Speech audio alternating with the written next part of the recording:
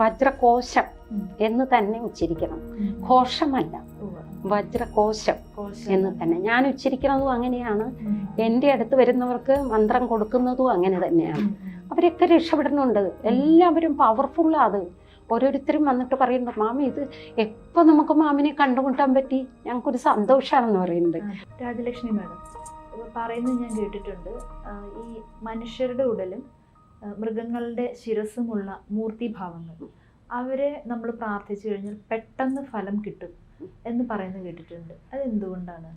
എന്തുകൊണ്ടാണെന്ന് വെച്ചാൽ പ്രഹ്ലാദനെ രക്ഷിച്ചതാണ് നരസിംഹമൂർത്തി. അതെ, ഹിരണ്യകശിപുവിനെ കൊണ്ട് യാതൊരു രക്ഷയുമില്ലാതെ ഒന്നും നാരായണായി ജീവിക്കുമ്പോൾ നിന്റെ ഒരു നാരായണൻ, നീ ഏത് നാരായണനെ വിളിക്കണം? ഭഗവാനെയാണ് വിളിക്കുന്നത്, വിഷ്ണുവിനെയാണ് നാരായണ നാരായണ എന്ന് വിളിക്കുന്നത്.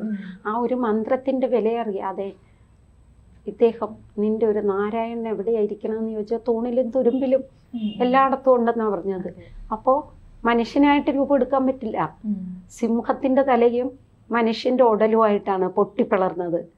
അതെന്ത് എവിടെ വെച്ച് കൊല്ലണം? തൃപ്പടിയിൽ, മടിയിൽ വെച്ച്.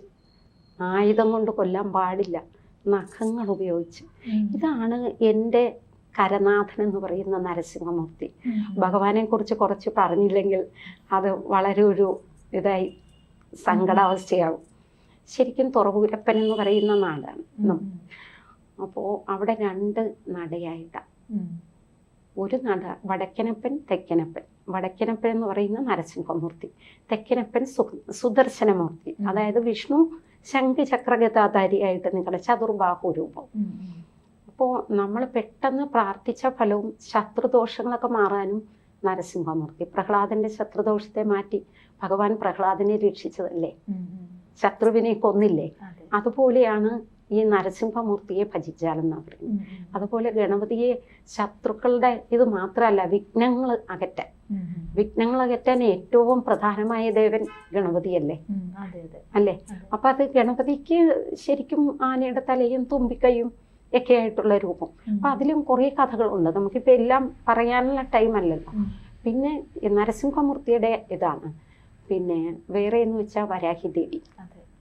അമ്മയ്ക്ക് ശരിക്കും വരാഹി അവതാരം എടുത്തിരിക്കുന്ന എല്ലാ ദോഷത്തെയും മാറ്റാൻ നല്ല ക്ഷമയോടെ ഇരിക്കുന്ന ദേവിയാണ് വരാഹി ദേവി. ആ ദേവിയെ നമ്മൾ പ്രാർത്ഥിച്ച പന്നിയുടെ രൂപവും മുഖം, ശരീരം, സാരിയൊക്കെ കൊടുത്ത് നല്ല അണിഞ്ഞൊരുങ്ങിയിരിക്കുന്നതും നല്ല ദേവിയുടെ ഒരു പവർ എനിക്കും പേഴ്സണലി അറിയാവുന്നതാണ്. എല്ലാവർക്കും അതെ. ഞാനിത് ഈ എപ്പിസോഡ് ഇവിടെ ABC-യിൽ ഇട്ടതിന് ശേഷം എന്നോട് ചോദ്യോത്തരങ്ങൾ ചോദിച്ചതിന് ഇന്റർവ്യൂ കഴിഞ്ഞ് ഇഷ്ടംപോലെ ആൾക്കാർ മാം അതെങ്ങനെയാണ് ജപിക്കേണ്ടത്, നമ്പറൊക്കെ ഞാൻ പറഞ്ഞ അവരുമായിട്ട് ബന്ധപ്പെടൂ, അപ്പോൾ അവർ നമ്പർ തരും, നിങ്ങൾക്ക് വിളിക്കാൻ പറ്റും എന്ന് പറഞ്ഞു. അതുമല്ല ജനങ്ങൾക്ക് ഏറ്റവും നന്നായിട്ട് ജപിക്കാൻ പറ്റുന്നതും വജ്രകോശാണ്. മനസ്സിലായോ? പിന്നെ വേറെയൊക്കെ ഉണ്ട്, കുണ്ടലിനി, പുരവാസിനി, ചണ്ടമുണ്ട നിവാസിനി, അത് തുടങ്ങുന്ന മന്ത്രമുണ്ട്.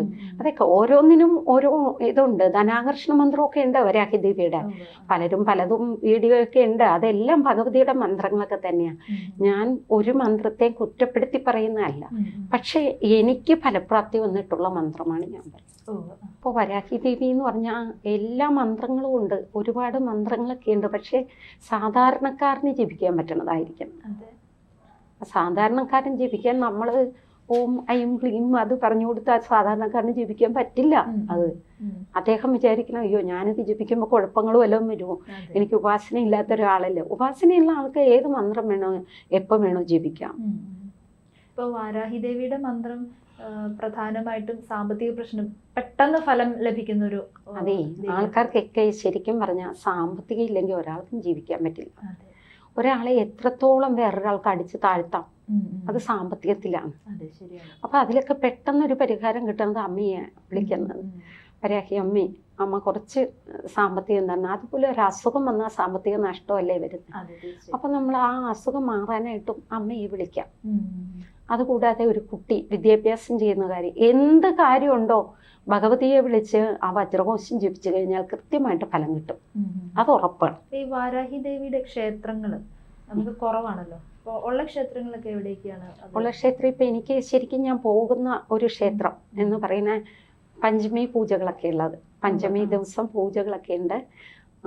അപ്പോൾ കലപ്പ നിവേദ്യം, കലപ്പ വഴിപാടെന്ന് പറഞ്ഞ ഒരു വഴിപാടുണ്ട്. പഞ്ചമി പൂജയുണ്ട്. നിസ്സാര എമൗണ്ടൊക്കെയാണ് പഞ്ചമി പൂജയ്ക്ക് വരുന്നത്. അത് തൃശ്ശൂർ ഉണ്ട്, നമ്മുടെ ശ്രീരാമസ്വാമി ക്ഷേത്രത്തിനടുത്താണിത്. അപ്പോൾ അവിടെ ഈ രാത്രി 8:30-ക്ക് ശേഷം 10:30 വരെ പഞ്ചമി പൂജയാണ്. അത് നമ്മൾ ബുക്ക് ചെയ്യണം, നേരത്തെ ബുക്ക് ചെയ്യണം. അന്നേ ദിവസം വന്ന് ബുക്ക് ചെയ്യുന്നവരും ഉണ്ട്, പക്ഷെ നല്ല തിരക്കായിരിക്കും.